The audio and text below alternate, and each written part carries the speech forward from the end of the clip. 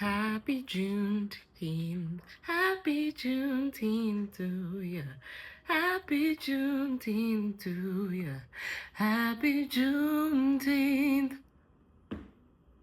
Okay, so the problem is, the complication, the confusion, is because you can be African American, but not African. You can be African American or African and black, but you can also be black and not be African American and not be African. You can be all of those things and a person of color, right?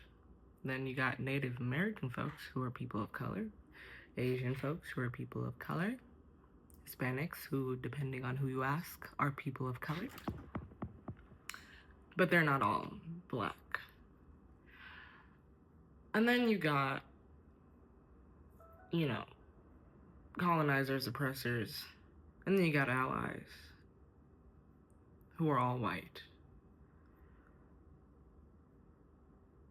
And that's why we're confused, right? Because you can be white and can be for us or against us.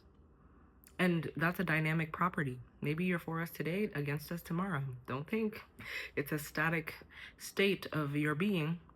And then, when people talk about, oh, people of color, it gets very annoying because who are you talking about specifically? Like, you could just say black if you mean black. Unless you're talking about something that applies to truly all people of color, just say the race or ethnicity you're talking about. No need to obscure it behind an acronym. And then you have people talking about black folks, right? But there's a lot of ways to be black. You can be African and black. You can be African American and black. You can be Caribbean and black. You can be Latin American and black. I know some people don't believe it exists. It exists, right? So now you're talking about black folks, but like, what black folks are you really talking about? And then you talk about African Americans, but do you mean Africans who are in America?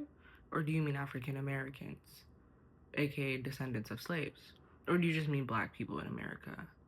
Or do you mean people who have black culture no matter who they are, aka English Americans who are black? Ugh. Isn't it a mess? And it's a mess because it's all made up bullshit. I don't know how familiar you are with the Rwandan genocide, but Rwanda is a country. Let's start there since y'all think Africa is a country. Rwanda is a country in East Africa, and in Rwanda there was a genocide, but the genocide didn't happen because of tribalism, which is what often happens in other countries like mine, Kenya. And the genocide in Rwanda, Rwandans were incredibly peaceful people, right? Relative to the rest of the world. And then colonizers introduced themselves and said, hey, y'all are different. And they literally made up the differences based off of ears and noses and head shapes and sizes. They literally went into a country and said, it'd be nice to start a war in here, wouldn't it? But they seem so peaceful. They're not mad at each other about anything. No division, no real division. What can we divide them on? What if we make it up? What if we make up the division? They did. And they literally invented tribes. And those tribes went to war with each other over made up shit. And that is what we are actually doing on a global scale. Race is constructed. It doesn't mean that it's not real as your experience of it, but time is also a construct. Very real in your experience of it, but a construct nonetheless. So given the fact that race is a construct, ethnicity is also a construct, right? Because ethnicity depends on where in a border you come from, and the borders are made up. So we're dealing with this problem where everything's a little confusing, a little messy, because we're trying to treat a construct as if it is ground truth. And it's not. So then you get a holiday like Juneteenth with people saying things like, don't play Afro beats at a Juneteenth party. Why? I was like, oh, well, this is an African American holiday. And I'm like, oh, interesting. But when y'all are getting shot by the police, and it is primarily African Americans, getting shot by the police. Who do you call on? Everyone black. And allies on top of that. So I'm like, what's going on here? And now we're here. And I don't think there's a right or wrong to this. There's not a right or wrong way to defend a construct. It's a construct. Hello? Stop treating it like a ground truth. Defending and arguing about it is inherently making it a ground truth when it is a construct. So those are my thoughts on this Juneteenth. And also the concept of Juneteenth is so fucked up. So fucked up. Because it's a celebration of the fact that some people in Galveston, Texas finally found out they were free.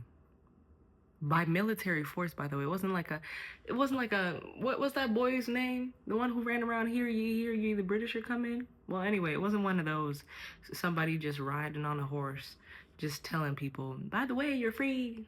Yay, go. It was a military event.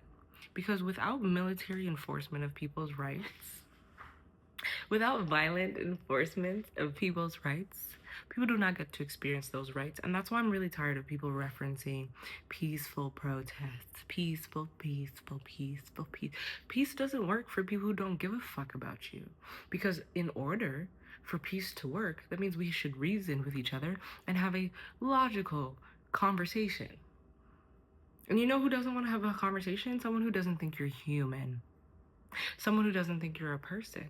So they have to be forced to treat you decently. Not even treat you like a human, just above the letter of the law. You see this with workers' rights everywhere. It's like, I can't hire children, but I can hire teenagers. I may not be able to pay below minimum wage, but I can pay just at it. Without forceful enforcement of caring about other people, you cannot expect people who do not care about other people to magically care about other people because it's the right thing to do. You're using a channel that they don't have access to. Empathy. Sickening, right? Sickening. Anyway, happy Juneteenth. I hope you're enjoying yourself. My ancestors' wildest dream was rest, so I slept in. Yep, everyone's like, you're not gonna do anything, you're so pro-black, you're so this, you're so that, you're so, and I'm like, yeah, I understand. My values are very much attached to the day that we are commemorating today.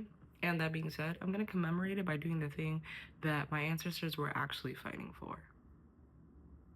Rest. They were not fighting for a bottle of Hennessy at the club. Sorry to say. Slaves had access to liquor. So, you know what they didn't have access to on a regular basis? Rest. And so I decided to celebrate this holiday by doing what they fought for. Resting. Radical, right? Rest is your resilience. There's a poet named Outspoken Being, and he has a whole poem about how rest is the most radical thing you can do for yourself, for capitalism, for racism, for sexism. Just rest. Women, rest. Black people, rest. People, humans, just rest. I mean, if you want to go out and do something cool, but I'm about to go to bed. About to tuck myself into my bonnet. About to say, you know what, Lord, thank you for this day. Thank you for every blessing that I receive, and every blessing that is the things I don't receive for a good reason. And then I'm gonna journal and hopefully be able to fall asleep. And if I can't fall asleep, I'm gonna try visualization today. I want to get better at doing that because I've been studying more and more both how biblically and psychologically the things you think about and talk about are the things that you are filtering into and out of your experience. And I want to get better at filtering delicious, savory, the best things in life for free by visualizing them. Yes, visualizing. That's what I said. But it may not be bedtime when you're watching this, so I hope you do whatever you would like to do, no matter your race, your gender, your creed, your nationality, your ethnicity, whatever your background. I hope you spend today and every day exactly the way you want to spend it, because ultimately, it's your life.